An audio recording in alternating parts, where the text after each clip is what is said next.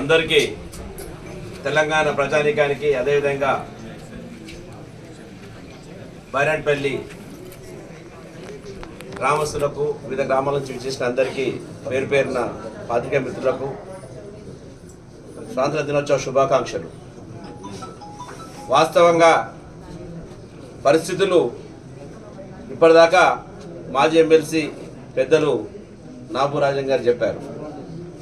చరిత్ర అందరికీ తెలిసిన పోరాటంలో భాగంగా ఎంతమంది ఎన్ని రుచికట్ట రిప్రజెంటేషన్ ఇచ్చినా గత ప్రభుత్వాలు పట్టించుకున్న పాపాన పోలేదు.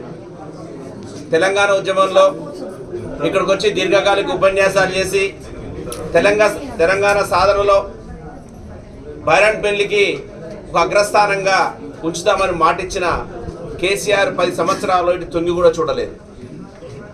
అదేవిధంగా బీజేపీ కేంద్రంలో 10 సంవత్సరాల నుంచి ఉంది, మళ్ళీ వచ్చింది ప్రభుత్వం. ఈరోజు స్క్రీనింగ్ కమిటీ అయిపోయి 80 పైచీలకు పెన్షన్ల కోసం వెయిట్ చేస్తూ చాలామంది చనిపోతూ ఉన్నారు. మరి వారికి కూడా కంప్లీట్ అయిపోయిన దాన్ని కమిటీ ఇచ్చుంటే పెన్షన్ అనుభవించేవాళ్ళు.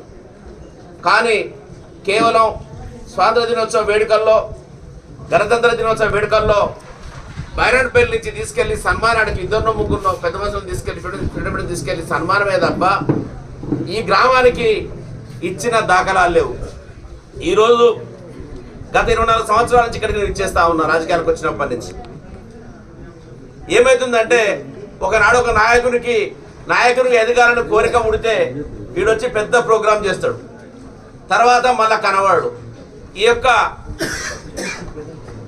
పరిస్థితులను ఆవగింపు చేసుకొని మీడియా ద్వారా మీకు తెలియజేస్తా ఉన్నాను. ఈరోజు నూతనంగా ఏర్పడ్డ ప్రభుత్వం, రేవంత్ రెడ్డి గారు ముఖ్యమంత్రి సారథ్యంలో ఏర్పడ్డ ప్రభుత్వం, మేము పాలకులం కాదు సేవకులమని మన ముందుకు వచ్చింది. మీరందరూ దీవిస్తే ఈరోజు కాంగ్రెస్ ప్రభుత్వం కొలువు తీరింది. మరి స్వేచ్ఛగా ఎవరితో భయం లేకుండా ఓట్ల కోసం ఆలోచించకుండా ఈరోజు దినాన్ని ప్రజాపాలన దినంగా ప్రకటించిండు. ఈ ప్రజాపాలన దినంలో భాగంగా మీరు అందరూ అర్థం చేసుకోండి. ఇప్పటిదాకా సెప్టెంబర్ 15 గంట ముందు నియంత రాచరిక వ్యవస్థ నుంచి విమోచనం పొందిన తర్వాత ఈరోజు ప్రజాపాలనకు వచ్చిన సుదినం తెలంగాణ ప్రాంతానికి. కాబట్టి ఈ ప్రజాపాలనలో ఈ ప్రభుత్వాన్ని మెప్పించి ఇప్పుడు ముఖ్యమంత్రి గారిని, ఎంపీలను, మంత్రులను ఒప్పించి ఇక్కడ ఉండబడే ముఖ్య నాయకులం అందరం బైరాన్పల్లిని టూరిస్ట్ ప్లేస్గా చేయాలని చెప్పేసి, ఎందుకంటే నేను సీను ఇంకొక మిత్రుడు నాభూషణం అన్నప్పుడు ఇది స్టార్ట్ చేసినప్పుడు నాభూషణం అన్న సర్పంచ్ ఉండే, తర్వాత చంద్రన్న మల్రావు గారిని తీసుకొచ్చి ఒక ప్రోగ్రాం చేయడం జరిగింది. ఇట్లా రాజేశ్వరరావుని తీసుకొచ్చి ప్రోగ్రాం చేయడం జరిగింది. సార్ చెప్తే పెన్షన్ల కోసం హన్మకొండల ఒకదాని ఫ్రీడమ్ ఫైటర్ క్యాంప్ ఇచ్చి అడగకెళ్ళి సంతకాలు పెట్టడం జరిగింది. ఇది పోరాటం మేము చేస్తూ ఉన్నాం. కానీ మరి సరైన గుర్తింపు బైరాన్పల్లి, వీర బైరాన్పల్లికి గుర్తింపు లభించట్లేదు. చరిత్ర పాఠ్య పుస్తకాల్లో రావాలంటే ప్రభుత్వం యొక్క తీరుతో పాటు మన యొక్క రెప్యుటేషన్ కూడా అవసరం. కేవలం పెన్షన్ల కోసమే పోరాటం అంటే చరిత్ర ఇప్పుడు పెద్దమంది చెప్తా ఉంటే చాలామందికి ఇబ్బంది అనిపించవచ్చు. కానీ మీరందరూ పెద్ద రామాసనాన్ని చూస్తారు. పెద్ద రామాస మన తండ్రి పేరు, తాత పేరు, తాత పేరు ఎందుకు చెప్పాలంటే చరిత్ర తెలవాలని చెప్తారు. దాని లేదు ఇచ్చినంత మాత్రాన బియ్యం ఇచ్చినంత పుణ్యం కోసమే చెప్తుండొచ్చు. కానీ మన చరిత్ర తెలుసుకోకుండా బతికితే చరిత్రహీనులుగా మిగిలిపోతాం. కాబట్టి ఈరోజు రేవంత్ రెడ్డి గారి సారథ్యంలో ప్రభుత్వంలో మరి స్థానిక నాయకత్వం ఒప్పించి బైరాన్పల్లికి అత్యధికంగా నిధులు ఇచ్చే విధంగా ప్రయత్నం చేస్తామని, ఎందుకంటే ఈరోజు 118 మందిని గుర్తించి వాళ్ళ పేర్లను శిలాఫలకం చెక్కించి అది చిన్న ప్రోగ్రామ్ అయి ఉండొచ్చు. ఆనాడు ప్రతిపక్షంలో ఉన్న కాంగ్రెస్ పార్టీ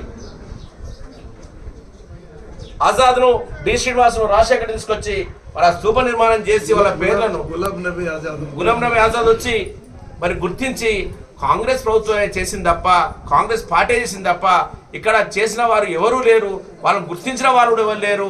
కాబట్టి ఇప్పటికైనా ఈ ప్రగల్భాలు బంద్ చేసి కేంద్ర ప్రభుత్వం ఆలోచించాలి. ఒక జీవో తీసుకురావచ్చు, సెప్టెంబర్ 17 జరపాలని చెప్పొచ్చు. కానీ వాళ్ళు వచ్చి పరేడ్ గ్రౌండ్లో చేయడం ఏంది, ప్రభుత్వం చేయకపోవడం ఏందో మరి ద్వంద్వనీతో పోయినసారి అర్థమైంది. అదే రేవంత్ రెడ్డి గారు ఓపెన్గా ఇది ప్రజాపాలన దినోత్సవం ఇది ఫ్రీడమ్ వచ్చిన దినం అని చెప్పి ప్రకటించిండు. కాంగ్రెస్ యొక్క చిత్తశుద్ధి ఆలోచించాలని చెప్పి అందరికీ కోరుకుంటూ, బైరాన్పల్లి అమరధామం కోసం మా వంతు ప్రయత్నంగా నేను జెడ్పీటీసీ గారిని గెలిపించినందుకు ఒక 5 లక్షల రూపాయలు అక్కడ పెట్టడం జరిగింది. CCSC కన్స్ట్రక్షన్ కాలేదు, అవుతుంది దానికి కొంచెం. ఎందుకంటే దీన్ని ముట్టుకుందామంటే ఇది పెద్ద ఎత్తున ప్రోగ్రాము, 1 కోటి నా బురదను ముట్టుకుంటే ఏమన్నా అయిందనుకోండి అందరూ తప్పుగా భావించేవాడు భయంతో నూకున్నాం తప్ప. అప్పుడుండే ఎంపీ వెంకటరెడ్డి గారితో మాట్లాడడం జరిగింది. తను ఇవ్వడానికి సిద్ధంగా ఉండే అప్పుడుండే ఏఈలను డీఈలను పిలిపిస్తే అన్నయ్య దాన్ని ముట్టుకుంటే మళ్ళీ ప్రాబ్లం అయితే మనం ఇరుకాటంలో పడతామని చెప్పడం వల్ల ఆడడం జరిగింది. అట్లీస్ట్ దాన్ని పైకి పోవడానికి మెట్లన్నా శాంక్షన్ చేయించి దాన్ని సీసీతో చేయించడానికి ప్రయత్నం చేస్తామని చెప్పి కోరుకుంటూ, మెట్ల బయటకు వెళ్ళిపోయారు, ఐరన్ పెట్టలేపారు కోరుకుంటూ ఈ అవకాశం కల్పించిన బైరాన్పల్లి గ్రామ ప్రజలకు ధన్యవాదాలు ముగిస్తున్నాను. జై హింద్, జై